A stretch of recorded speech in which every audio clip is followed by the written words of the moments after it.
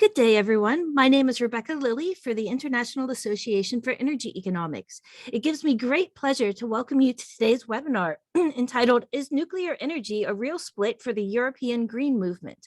We're grateful to our moderator, Spiros Papaefthimiou, and Samuel Furfari for today's timely discussion. First, a little bit about the International Association for Energy Economics. We are the largest association specializing in the field of energy economics and provide a forum for the exchange of ideas, experience, and issues amongst professionals interested in the field. The organization produces 2 professional journals, a newsletter, and holds conferences and virtual presentations, along with a host of other products and services that you can view at our website at www.iae.org. If you're not already a member of the association, we welcome you to join. A few housekeeping matters in regard to today's webinar before I hand things over to our moderator. First, this webinar is being recorded for those that cannot participate in today's live event. If you have questions for the panelists, please click the Q&A button at the bottom of the Zoom window and type your question. We have allocated time at the end of the webinar to read and answer them. And now I would like to introduce you to our moderator, Spiros Papaefthimiou, Associate Professor of Energy Management Systems and Energy Efficiency Technologies at the Technical University of Crete. Spiros, over to you. Okay, thank you. I would like to thank the International Association for hosting this webinar, which is quite interesting, based on the events that have really surpassed us the last weeks. So I will just quickly introduce you with the Hellenic Association for Energy Economics, which was founded in Greece in 2015, and is the official affiliate of the International Association for Energy Economics. The HAE provides an interdisciplinary forum for the exchange of knowledge, information, and experience among energy industry experts in Greece, academics, government, and other professionals interested in energy economics. HAE has organized several international symposiums. We have published papers and reports. We have provided lectures through seminars and workshops for our members and other people that are interested in what we are doing. Among the most significant events on our calendar is the Energy Transition Symposium, which brings together every year international audience of over 300 guests, including leading academics, students, government leaders, business professionals, and other relevant stakeholders. This year, the Hellenic Association for Energy Economics will host the 17th International Association for Energy Economics European Energy Conference, which is that the future of global energy systems. The conference will be held from 21 to 24 September 2022 in Athens, and you're all welcome to this event, which we hope to be the first EIS event that will be held in person, so we'll be able to attend physically after more than 2 years in the pandemic crisis. So that said, I would like to introduce our guest, our honored guest. I'm quite honored to host Professor Samuel Furfari, who is a chemical engineer from the University of Brussels. He has received his PhD from the same university and a thesis in the field of energy, more specifically in coal gasification, that is transformation of coal into hydrocarbons. Between 1982 and 2018, Samuel was a senior official in the European Commission at the DG for Energy and Transport, focusing on energy technology and policy. He has been a professor of energy geopolitics and energy politics at the Free University of Brussels, but he has also delivered lectures at various universities around the world. He has authored many articles and more than 10 books on energy sustainable development. Since 2019, he is president of the European Society of Engineers and Industrialists, and of course, he is Knight of the Order of Merit in the Republic of Poland. That said, I would like to personally welcome Samuel and thank you for being here. And hopefully we'll be able to discuss this quite interesting subject, starting from nuclear energy in Europe and moving on to what is really happening today in the global and European energy scenario. Welcome, Samuel. Thank you very much, Spiros. It's a great pleasure and honor for me to be with you for this webinar. And it was a very interesting webinar before the event in Ukraine, but know even more with what is occurring today. We are really at the core of our issue. Excuse me, Samuel, we're seeing the presenter view, not the main slide view of your slides. Not the main slide view. That's very strange because let me say it was.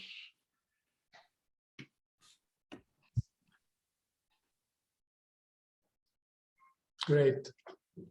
But is it a full screen? No. No, it's not. It's the second. And no? Okay, perfect. Okay. Sorry for this issue. So I would like to say that the EU start with energy, and particularly with nuclear energy. At the time it was atomic energy called. And in Messina, when they met in June 55, they clearly say that there will be no future for the European community without cheap and abundant energy. And this remains a reality. Of course, today we can say cheap, abundant, and clean energy.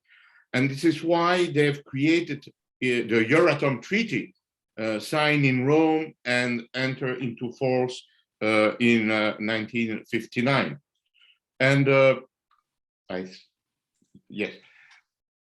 recently, working on biofuels, I dig up an old book in my library, and I found that I wrote an article on this when I was a young official in the Commission.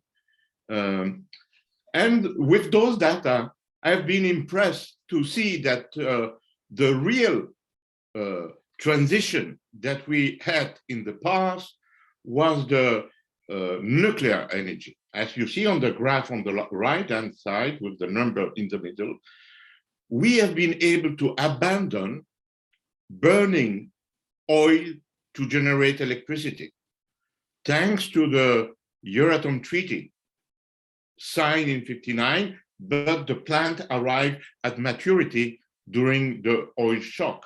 So it's not just by case that today we do not burn oil to produce electricity, because we have developed that policy to develop nuclear energy.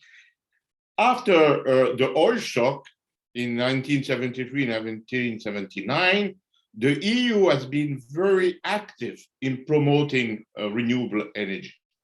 And it was a great thing that the EU has promoted with various political measures, various type of program, financing, and it was really a necessity to produce another type of energy, because before the oil shock, we were ignoring the potential of renewable energy. But what I would like to show with this graph is that it's nearly 50 years that we are working on the promotion of renewable energy. There's nothing new. It's not because of climate change. It's not because of Ukraine. It's not because of Russia that we start to work on renewable energy. It's an old story. When we are touched on oil with the problem that we had in the 70s and that are coming back in those days, we were obliged to find solutions. And the Commission has been very active. I was working in that, so it was my job during many years in the Commission. So it's important to repeat that we do not start from scratch just now to try to promote renewable energy. And what has been the result since then? Well, since then, you see, the problem is that we have not abandoned the basic of our energy, which is fossil fuel and nuclear energy.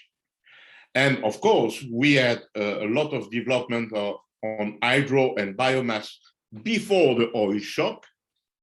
But after the oil shock of the 70s, the promotion has been for mainly the new renewable energy. And it's, in a short word, it's renewable means today wind and solar energy. And you see that wind and solar energy represent only 2.9% of the primary energy. That means that we have worked during nearly 50 years with financing, with public support, with commitment, but we reached 2.9%. That means that going further, it will not be easy. It's why I've worked with my colleague Ernest Moon on a paper, and you can find it in European Physical Journal Plus a few months ago in November.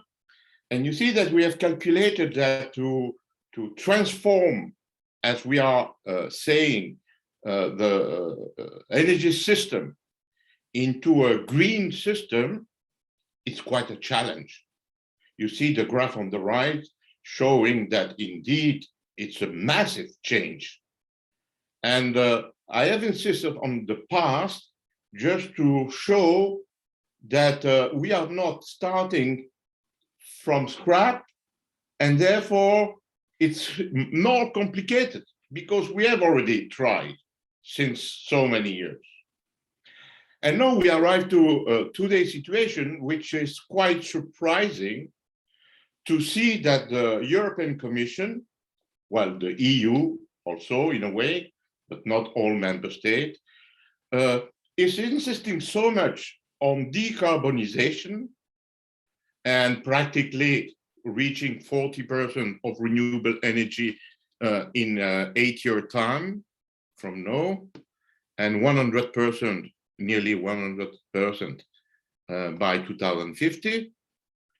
And this is quite a challenge, especially that the Commission believes that we should not do that with nuclear energy.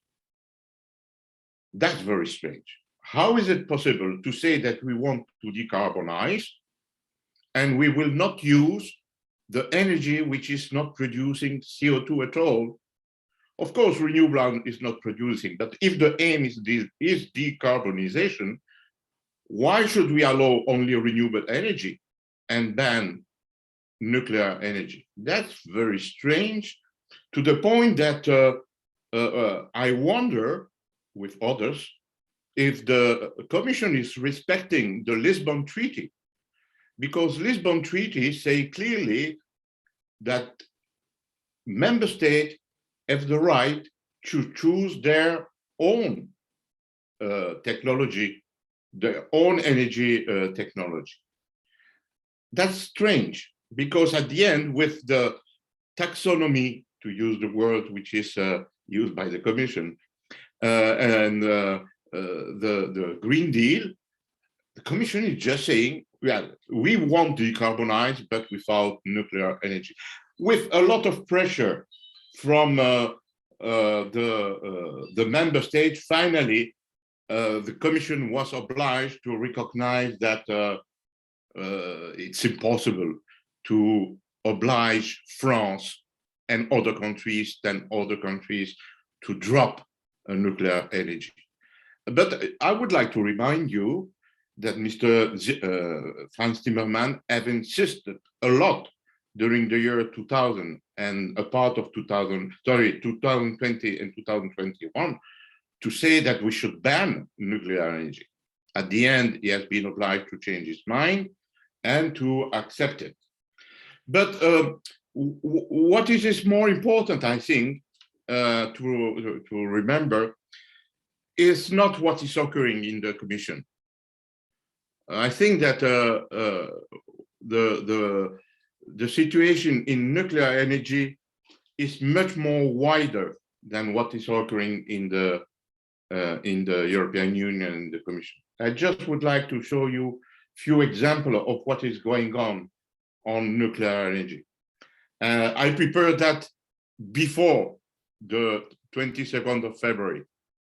And it's why I show you what Russia is developing on nuclear energy, also for mobility and for small reactor. You know that Russia have worked a lot on submarine, nuclear submarine, icebreaker with own reactors. And on the bottom of the slide, you see the academic Lokomotov, which is a floating nuclear power plant. I just want to show you that they are working a lot, despite the fact the Commission is not very enthusiastic anymore on nuclear energy.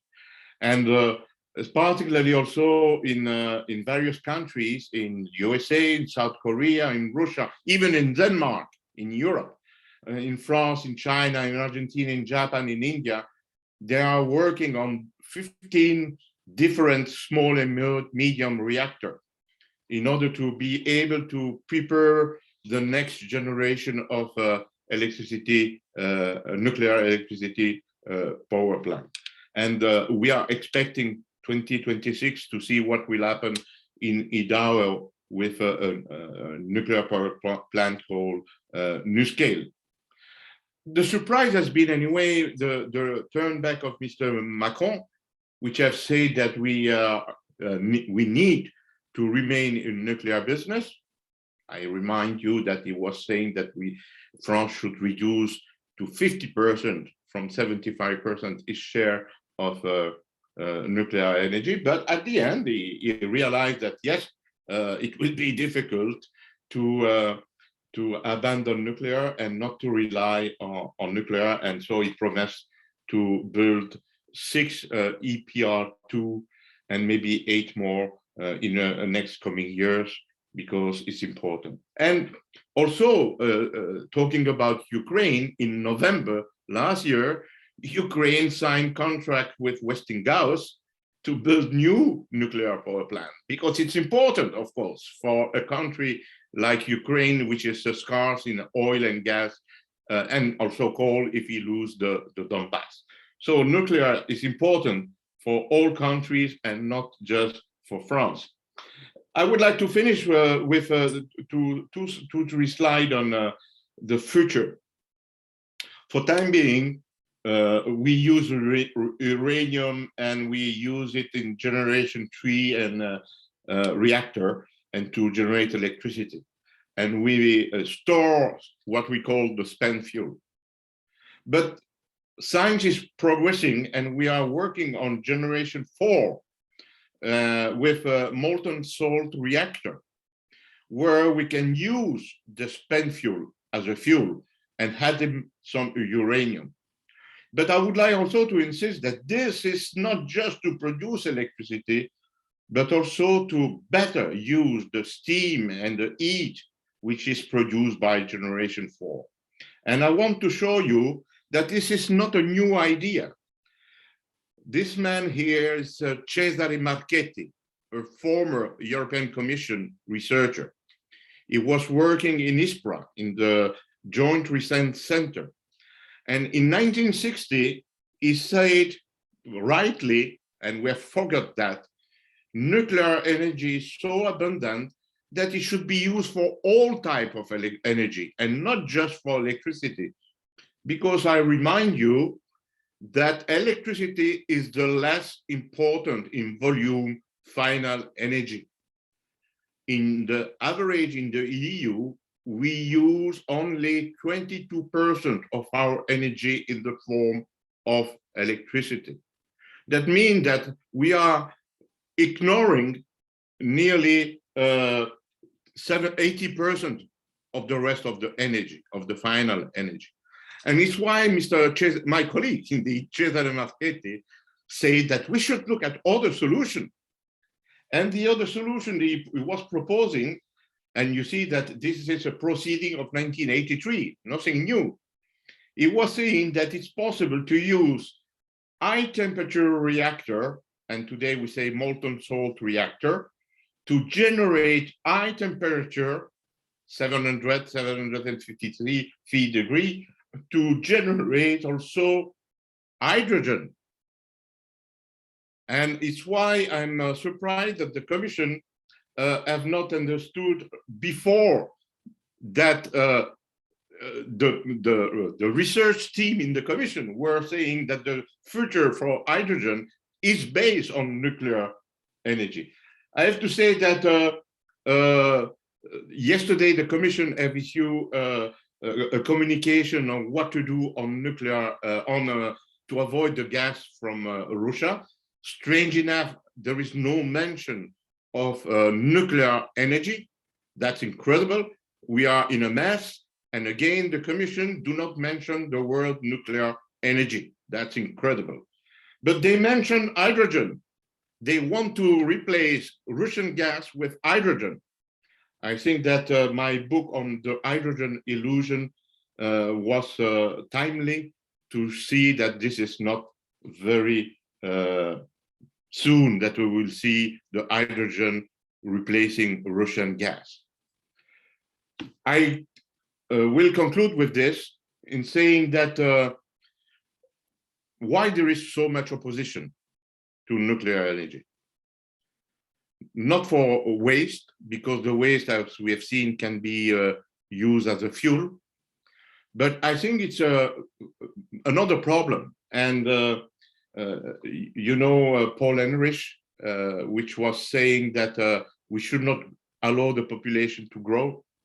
And he was saying that giving cheap energy, that means nuclear energy, is equivalent of giving an idiot a child of machine gun, because he knew that if you use nuclear energy, you will improve the quality of life and improve the life expectancy.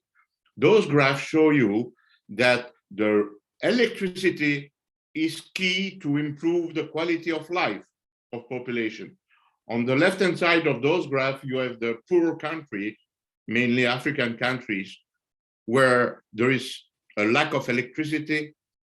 And if you want to improve the quality of life of people, you need abundant electricity.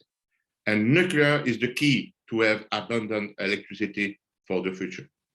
Thank you very much for the attention. And now we are ready for the discussion.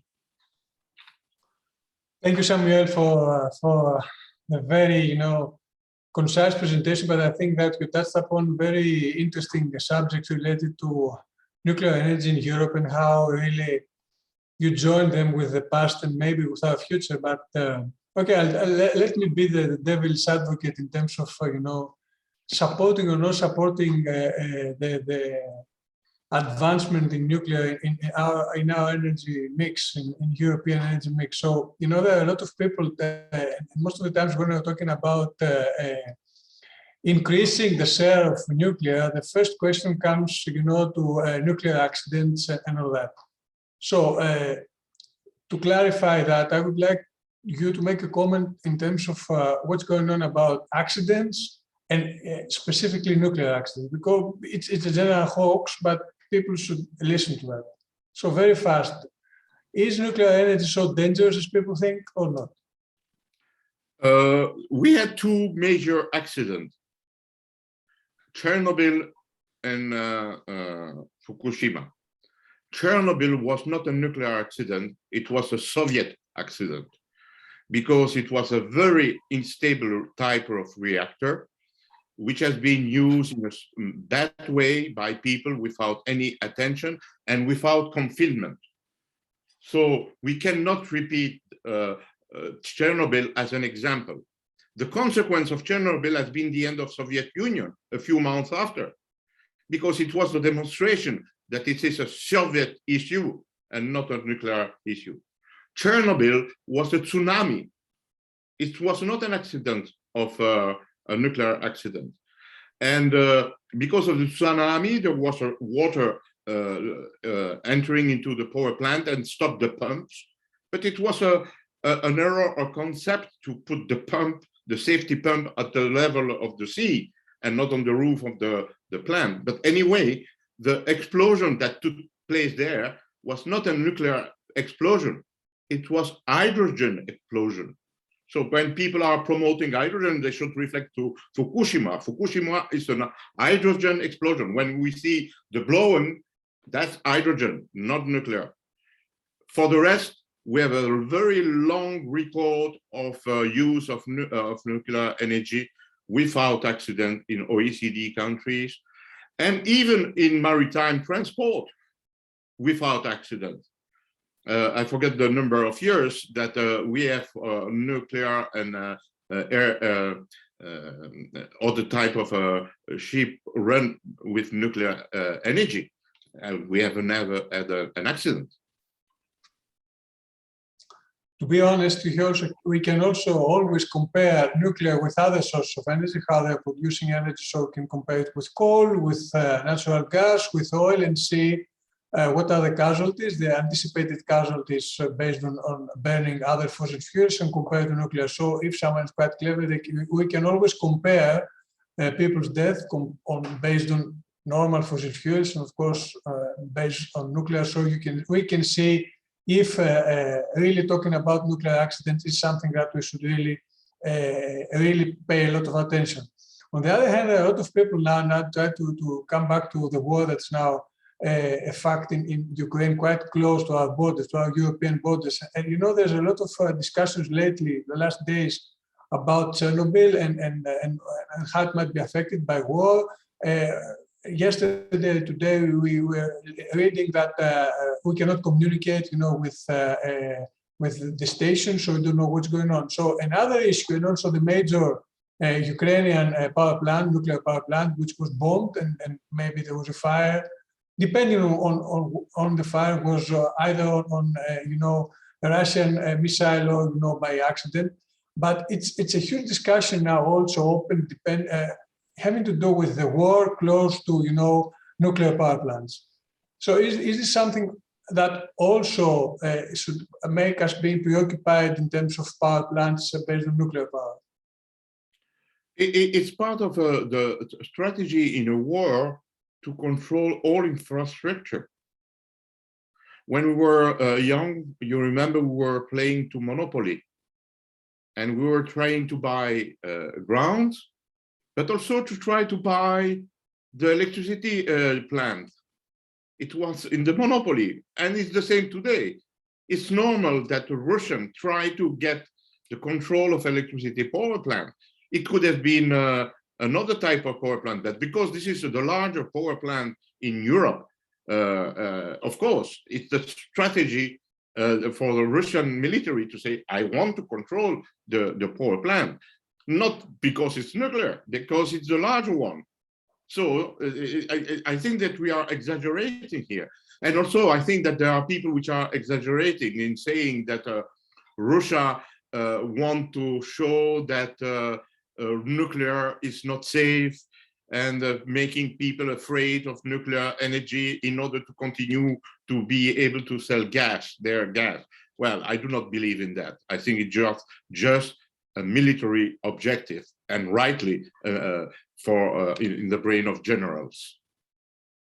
Okay, you know, war is a war. You know, most of the times you have casualties, but some people really are quite preoccupied about these nuclear power plants. You know, Ukraine has a lot of nuclear power plants, and it's something that really makes us quite scared. You know, we're quite close to our borders, so maybe something like that. I agree with what you're saying. It's about, you know, it's all about war. It's about possessing facilities that are crucial for the backbone of Ukrainian country. But it's something quite interesting.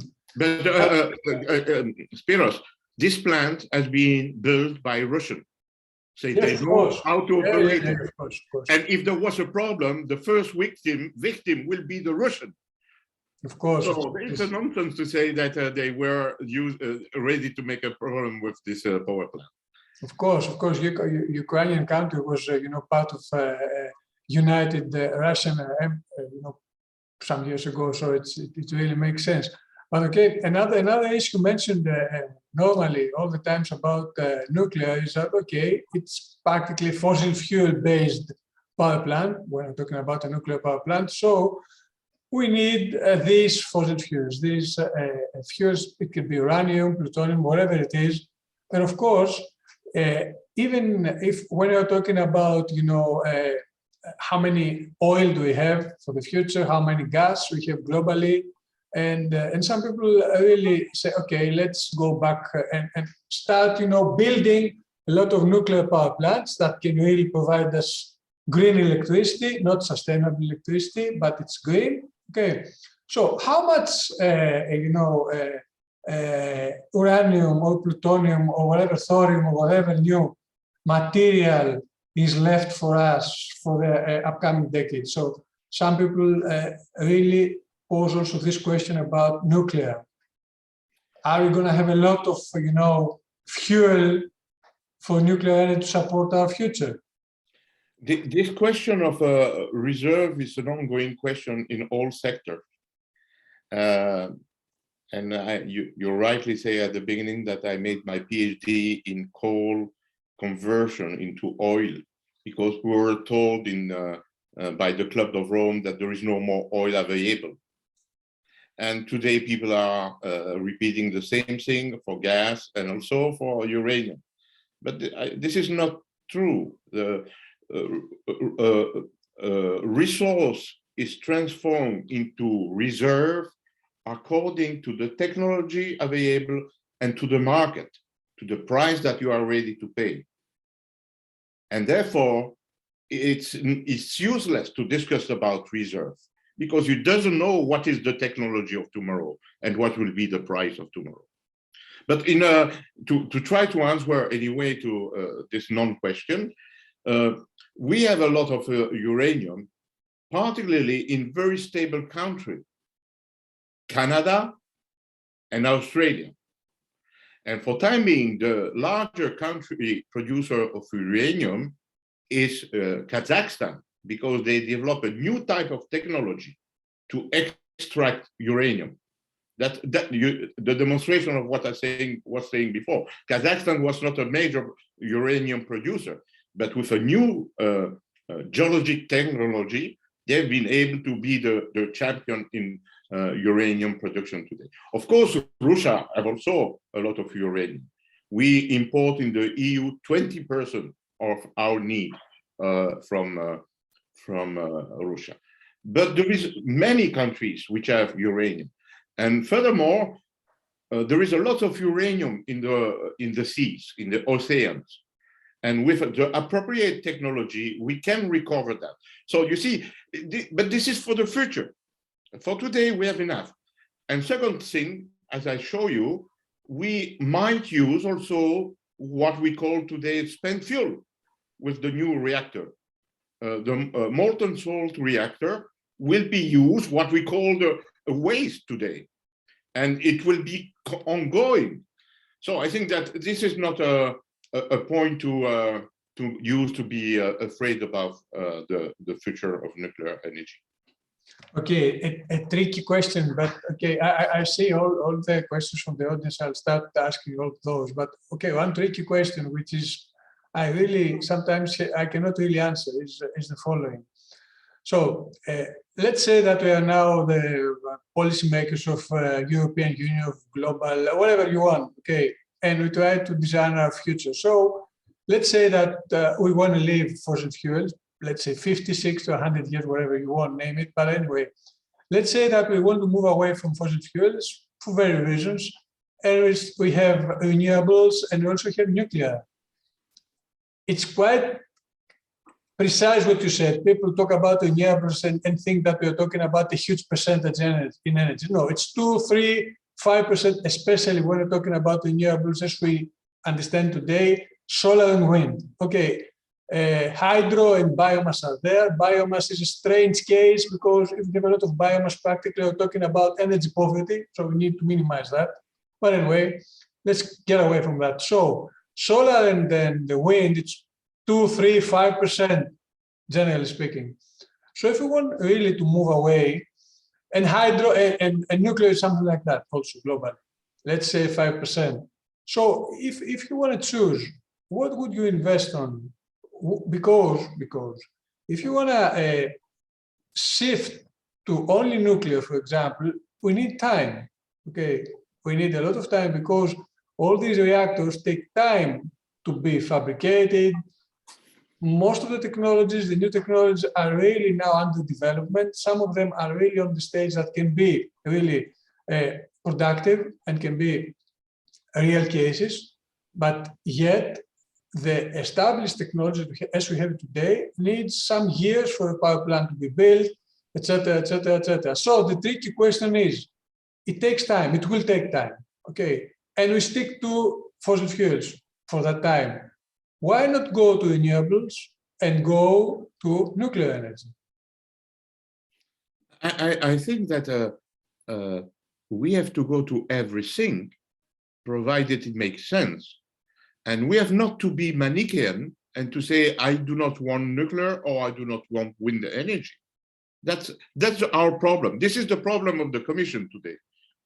The Commission is saying 100% renewable. Well, this is not serious. The world is not working like that. And even the Lisbon Treaty is not working like that. Lisbon Treaty say no preference. So I think that we have to admit that we will need time, as you rightly say, to develop other solutions, including nuclear solution. But why are we closing nuclear power plants existing today? That's the question.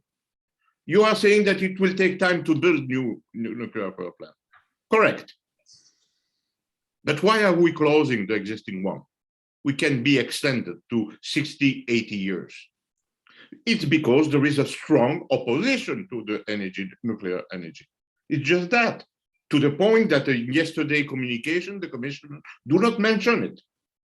So it's why I finished my presentation in saying that there is a political opposition to this type of energy. And so all the argument, technical argument, are just there to try to hide the political decision. It's just a political decision not to help nuclear energy. It's the same thing with hydroelectricity, because of course in Europe there is not a lot of potential, but in the Balkan, yes, we have a lot of potential still for hydroelectricity. But in Africa, in Asia, in Latin America, there is still a lot of possibility of hydroelectricity. And there is also the strong opposition, a political opposition. So you see that we are confronted with a strange reality. Since 50 years, we try to push wind and solar. It's marginal, and we continue to say that we need to continue. I think you posed it quite well. It's answering the question with a question. And what I will keep from that is that it's very important for politicians to understand, okay, let's say that we're going to go green, okay, but nuclear is green. And even if we don't want to invest in new nuclear power plants, the existing ones should now be there and support us. We see that now, there's a huge problem now, and people start to realize that when we're talking about Ukrainian gas, we're talking about Russian gas, we see about the fluctuations of the prices in gas and oil, which are tremendous. We have never imagined this kind of, ups and downs in a single day. Okay, so it's something that is another huge parameter, and I'll step aside cost, which is something that people really in the Q&As are mentioning a lot. It's the next question, but it's a huge issue is energy security. Okay, and we really now understand it because we have been discussing it for many years in forums, in academics, etc. But we see it now. Okay, something happened outside our borders as a European Union, and it has really affected us so heavily that we could not even predict it. Okay, if we had, for example, I don't know, maybe another energy source like renewables, if we had managed, for example, to increase our share in renewables, we would be less vulnerable. But we could also be relying more on existing power plants like nuclear, which are green. Or in many countries, Greece including, we have shut down coal for other reasons, okay, environmentally correct. But people now back in my country are thinking, oh, come on, let's go back to coal. So, moving onwards and backwards is really not a policy. It's like, being all the time relying on others making your decisions. Okay, so that's what I try to point out from all this. So, energy security and nuclear. Please make a comment on that. In October 2000, the European Commission issued a green paper on the energy security of supply. It was a major document. It was a key document. 20 years ago. And it's still valid in the principle. And the principle were very simple: diversification. Diversification of the energy type. And we are here at the core of the question. I will come back to that. Diversification of the country, which Germany have not made in relying too much with Russia. And diversification also of the route to import energy, which again, Germany have not made. Can you imagine that the larger economy in Europe have not built a LNG terminal? That's a strategic mistake. Germany knew that we need to diversify the energy, and they have not diversified. They knew that they need to diversify the countries, and they have not diversified the country. And they knew that we should diversify the route and the means to transport energy, and they have not done it. So the problem is the first one was to diversify the type of energy. And if you look at the green paper again, you will see that there was no exclusion of any energy. And there was room for renewable energy, a lot of room for energy, renewable energy. But there was also room for coal and also room for oil and gas, and of course for nuclear. The problem that we had since a few years, let's say maybe the last 2-3 years, since the Green Deal practically, is that we have avoided to discuss about diversification of energy supply. We just say we'll stop everything except renewable energy. Well, you cannot live in a world like that. We are in a mess today because of this. Because what has been the consequence of that? We have convinced people that we will stop nuclear energy. And you see the difficulties in Germany, and particularly in Belgium, and also in France in a way, and in Spain. Spain is abandoning its own nuclear power plant. But also we have said to the people that we should stop producing our own gas. The Spanish government have issued a law prohibiting the prospection and the production of natural gas in Spain, because they want just renewable energy. So, and in Italy, there was a referendum 2 years ago to stop the production of gas. So you see, the difficulty is just political. This is no more technologies, no more science, it's just policy. You know, politics, let's say, politics. You know that we have discussed a lot, and in many instances, European energy policy is ridicule. Okay, for many aspects. Okay, imagine we're talking about European energy policy. We do not have a sufficient electricity grid, and now we're trying to invest in that. We do not have a single pipeline that can go from Portugal to the other side of Europe, and this really has caused huge issues. We have a huge country in the center of Europe, which is France, that could act as a battery and could really provide electricity to everybody else, but we don't have the grid.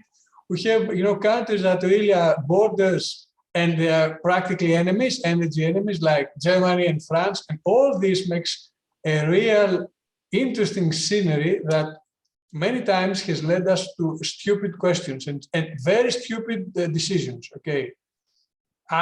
You know that I'm extremely for renewables for all these years. I'm based on that. But anyway, we need to be very cautious on how we talk about renewables. Renewables will be here, but it will take time. So saying that we need renewables 100%, but forgetting that it might take us 50 or 60 years, who's going to pay for that? Now we are paying for that because stupid politicians have not diversified our energy mix in Europe, okay? And this is something I really completely agree with you. So let me come to questions of the audience, which are, some of them are quite interesting. So I will try to merge a couple of those. So they're talking about the costs.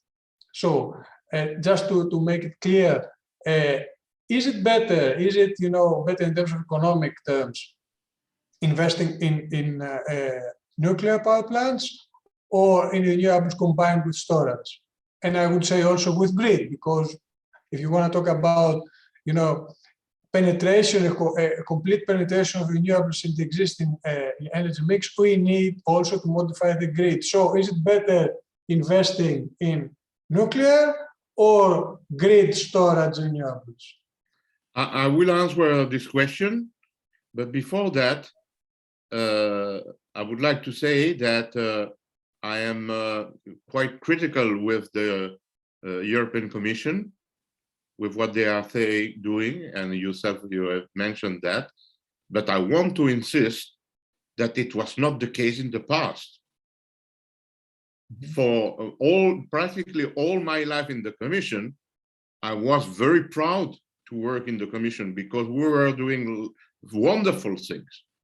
It's just but at the time, sorry to interrupt you, but it was a time that fossil fuels were very cheap, and of course we really didn't care so much about climate change. No, it's not only that. We were doing sensible things, and the third slide I show you was that we were developing renewable energy.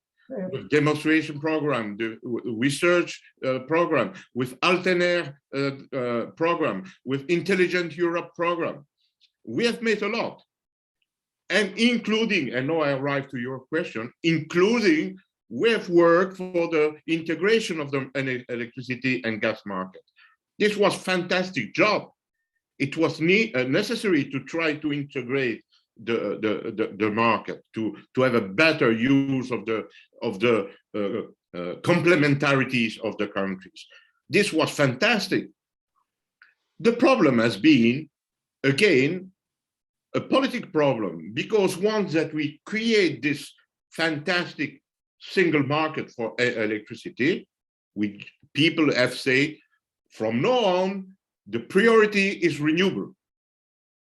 And so you destroy what you have created during 20 years to have a market. We do not have a market in Europe because Europe obliged the production of renewable and the priority of dispatching of what? Of the most expensive electricity. So it's no more a market. You are obliged to take what is expensive, variable, and intermittent. Therefore, talking about cost, as the question is coming, it's very difficult because everything is manipulated. We arrive to the point that we finance, we give subsidies to renewable electricity, but we pay that in our bill with the supplement due to the handling of the network and the distribution. But we arrive to the point also that we subsidize nuclear energy. Well, not we, but the United Kingdom, but the Commission have accepted that at that time. Because the people who want to build a nuclear power plant were saying, but I cannot rely on the market. Market is not working. Market is not working, so I'm taking a risk if I invest in nuclear energy. If the market was working, there was no risk, because nuclear is cheap. Nuclear is the cheapest form to produce electricity, provided that you not manipulate the market. But because politicians always play with the market, nuclear energy needs insurance. Who is going to spend billions, and after that arrive a green movement and say, you stop it? That's the problem in the EU. It's not a problem of the nuclear energy. It's a problem of not having destroyed what we have tried to build during 20 years with the single market. If you are sure that tomorrow there will be no interference of politicians in the electricity generation, then the cheapest energy is nuclear. But for that you need insurance, and you need time, of course, to recover your investment. That's why we are in a mess. I believe very much in nuclear energy, but we are in a mess because if we continue with politicians that change every month their vision on energy, we are in a difficulty. And I am very pessimistic with the future of energy situation in Europe, Okay, to be clear, because I see some comments, diversification is something that Professor Furfari mentioned clearly, okay, and I want to point it out. So it's about diversification, which is our crucial, a question, mine and also Samuel's. So we're not talking about going everything in nuclear. This is something that maybe we could not do. So, but we cannot also say that we will go 100% on renewables. It will take time. We need diversified energy mix in Europe. This is something that politicians should think upon and not exclude sources, or see what are the criteria for excluding energy sources. Because for some people could say, let's go away from Russian gas because Russian people can stop providing us the gas for many reasons. Okay, and let's go back to something else. So it's diversification, which is extremely important for the years to come. Not moving to one or another energy source, name it fossil fuels, nuclear, renewables. This was not what Professor Furfari implied. So, and correct me if I'm wrong, Samuel. So another question is about, all people's mind, nuclear weapons come aside with nuclear power plants. And this is something maybe to blame, because these two sectors are really not necessarily merged. It's completely different. So I also want your comment on that. Yeah, on the diversification, we cannot insist enough on that. Yes, we need all type of energy. Look at the example of China. If you like wind energy, you will say China is the champion in wind energy. And it's true. If you like LNG, you will say Germans should do like Chinese. They have 28 LNG terminals. If you are selling coal, you would say the best available technology for coal power plant are in China, and so on and so on. Also for nuclear. You're talking about grids, everything. They are everywhere. We need everything. We need everything. And it's why I repeat, the Commission in the Green Paper was saying that we need everything, but the present Commission have not have abandoned this vision. On the confusion with nuclear arms or bombs, or I'll call it that you want, and nuclear energy, well, those are very different issues. Very different issues. And I would like to again say how the Commission was clever, or the EU founder were clever with the EU treaty. In 1958, in the Treaty of Euratom, it was foreseen that there is a strong control in Europe about non-proliferation. In the Treaty of 1958, everything was there to ensure that there will be no mixing of civil use of nuclear energy and military use. And you know that for time being, we have a lot of agencies in Europe, agencies for navigation, agencies for air transport, for chemical product, and so on. The old agency in the EU is the Nuclear Supply Agency from 1959. Because we knew that we need to control that. And I'm proud to say that in Luxembourg, there are 100 officials of the Commission working on non-proliferation. So we have no lesson to have on this question. We have done a great job. I repeat, Commission is doing a lot of good things. Okay, another one. What is your suggestion on properly dealing with the spent nuclear fuel? Because of course, the new technologies that will reuse the spent nuclear fuel is under construction. Okay, but we have a lot of nuclear waste. So how can we deal with this? It's maybe the most important, drawback of existing nuclear power plants.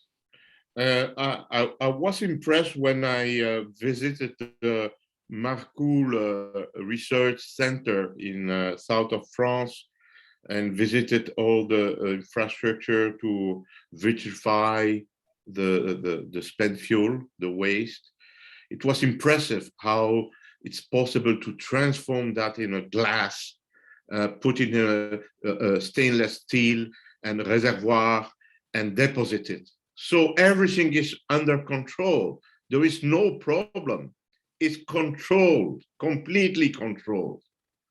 The problem is that people are saying that, well, this is dangerous. Of course it's dangerous. It's why it's controlled. There is a strict control on all those spent fuel.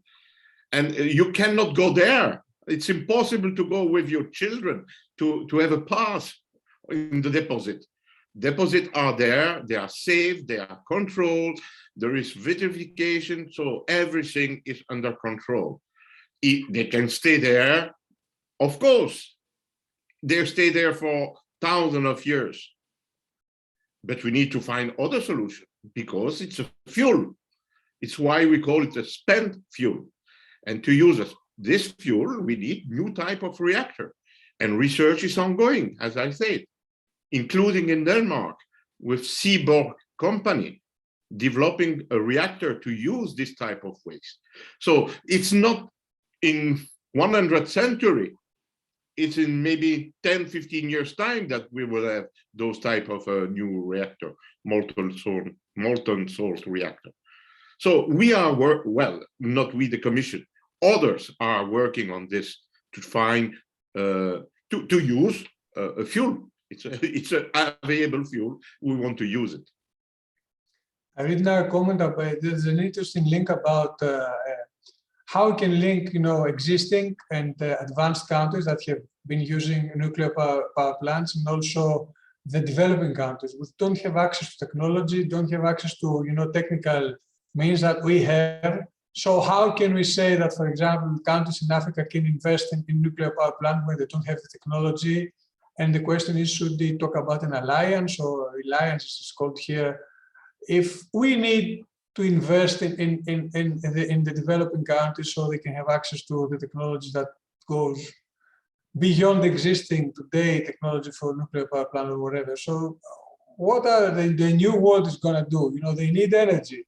Then they will need a lot of energy in the upcoming decades. So should they go to nuclear power plants?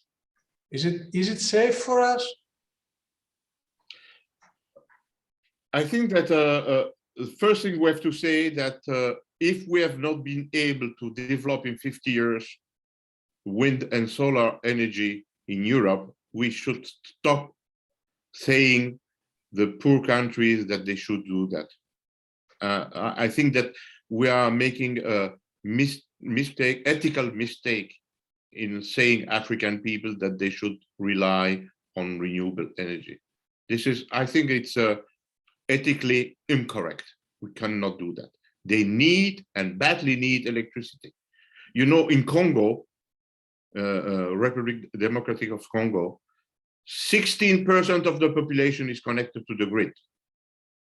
And in average, in all Africa, only 50% is connected to the grid, a few hours a day. A few hours a day. The major energy use, primary energy use in Africa to produce electricity is diesel, because they produce it with their own generator. So we need to say to African people, they need badly to electrify the continent. With what? Cheap and abundant energy.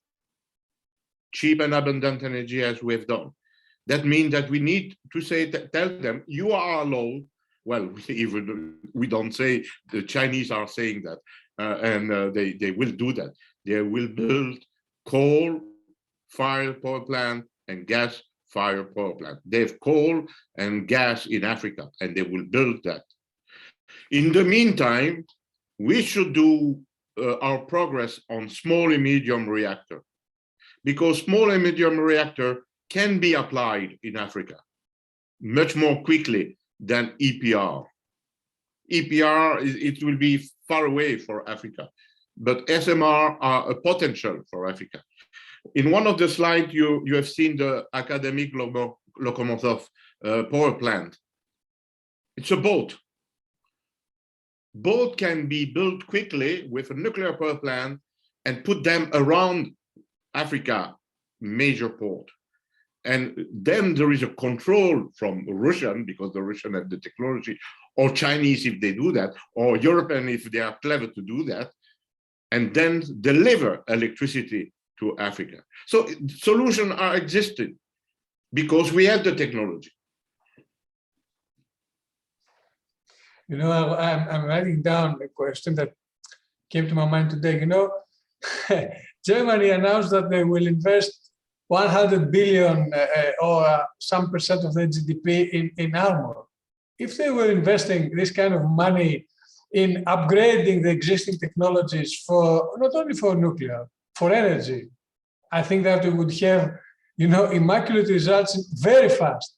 So why I'm saying that, because it's just a remark, you know, it's some people really tend to forget that we're spending a lot of money for guns and machinery and technology, and really focus on nuclear or renewables that, you know, they are wind power mills that they really, we put them on the mountains and everybody opposites to that. And, you know, it's a huge discussion because, okay, we are focusing today on nuclear, but we could really have this kind of discussion for renewables, because thousands of people around the world that really are opposing to install renewables, either hydro or wind or PV or whatever. So it's always, they're not in my backyard. Everybody wants energy, but nobody wants to have it close to their belongings. That's an interesting, you know, as we see it as humans. But anyway, let me read another very interesting question.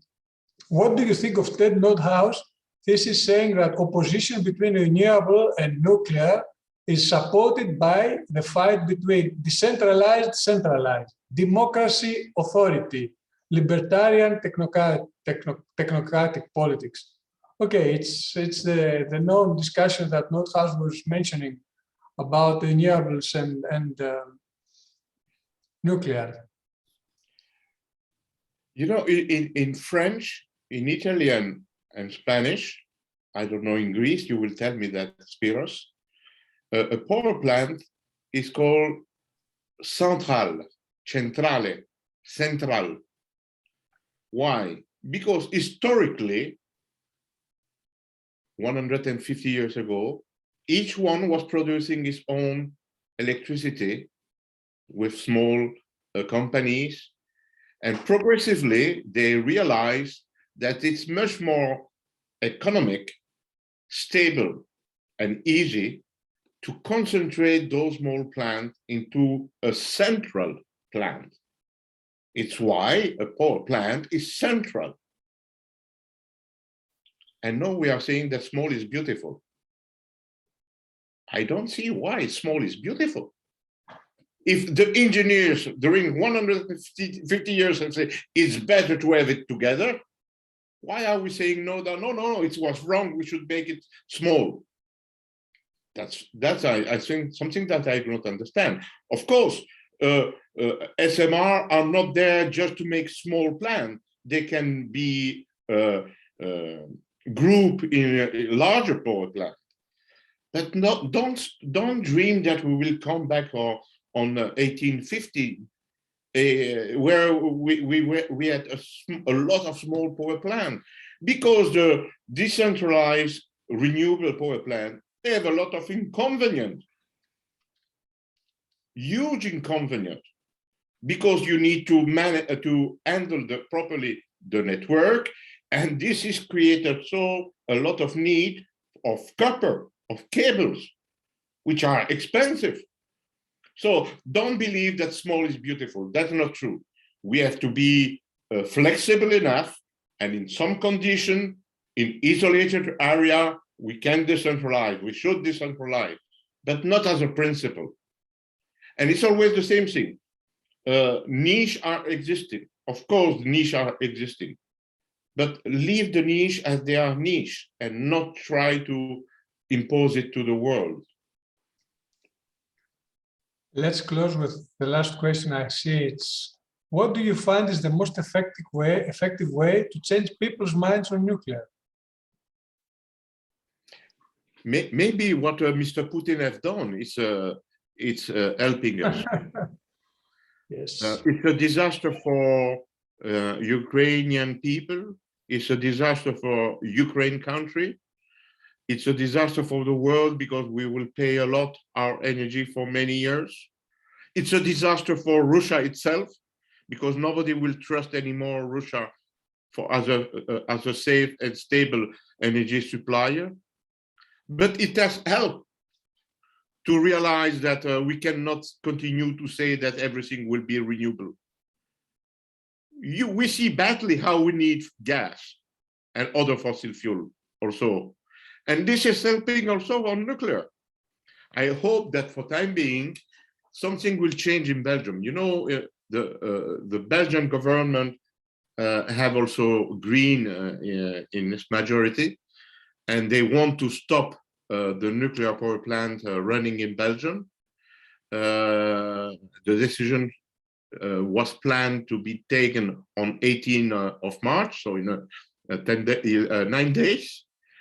But I think that what is occurring today with the crisis of gas should open the eyes of the government, say, well, that's very dangerous to close a tool which is producing cheap electricity, very cheap electricity, without any risk. Why should they close it? If just for ideology, there is no reason to close. I will not say that we should build immediately new power plants. Of course, we can, and I hope we will do, but this is not the question. Why should we stop existing nuclear power plant, if not just by ideology?